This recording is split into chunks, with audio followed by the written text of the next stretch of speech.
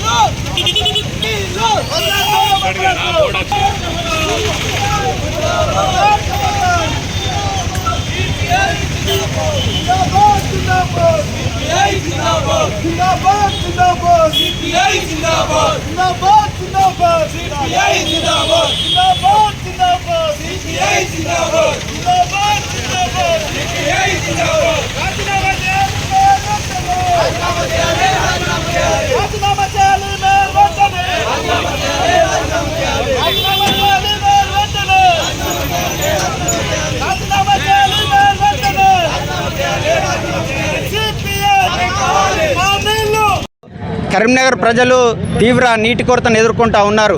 ఇవాళ పాలకుల అదేవిధంగా అధికారుల నిర్లక్ష్యం మూలంగా కరీంనగర్ ప్రాంతంలో ప్రజలంతా నీటి కొరతను ఎదుర్కొంటూ ఉన్నారు. మన కరీంనగర్ పరిస్థితి ఎలా నెలకొంది అంటే రాజకీయంగా కరీంనగర్ అనాథగా మిగిలింది.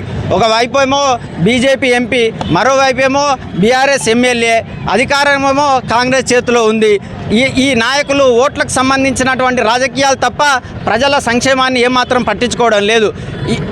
కరీంనగర్లో తీవ్ర నీటి కొరత ఉన్నది. ఒకవైపు చూస్తూ ఉన్నాం, ట్యాంకర్లలో నీటిని తరలిస్తూ ఉన్నారు.